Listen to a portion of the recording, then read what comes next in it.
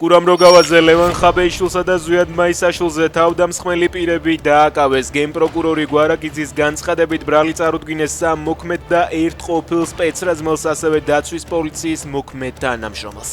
გვარაკიძის თქმით 5 დაკავებულიდან 2 უკვე პატიმრობაში იყო სხვა სისხლის სამარჯნის საქმეებზე. თავდამსხმელები პროკურატურამ მომხდარიდან წელიწად ნახევრის შემდეგ მას მერე დააკავა, რაც 2 დღის წინ ფორმულამ გურამ როგავაძე თავდამსხმელის ვინაობა ჟურნალისტური გამოძიებით დაადგინა.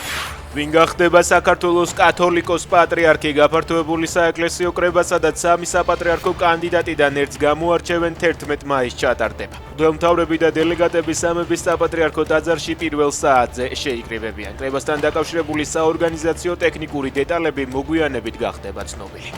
ივანიშვილს დააჯერეს, რომ ჯაშუშობდა იმ ადამიანებმა, რომლებმაც ჩათვალეს, რომ მათ პრორუსულ კურსს გიორგი უღალატა. ეს განცხადება ჯაშუშობის ბრალდებით დაკავებული გიორგი უძილაურის ცოლმა გააკეთა. ივანიშვილის ქართულ პრესსამსახურის ყოფილ უფროს დღეს აღკვეთის ღონისძიების სახით პატიმრობა შეუფარდეს. ევროპაზეა დარტყმა და გიორგი ალბათ ვიღაცას არ მოეწონა და დაახურდავეს, თქვა უძილაურის ცოლმა.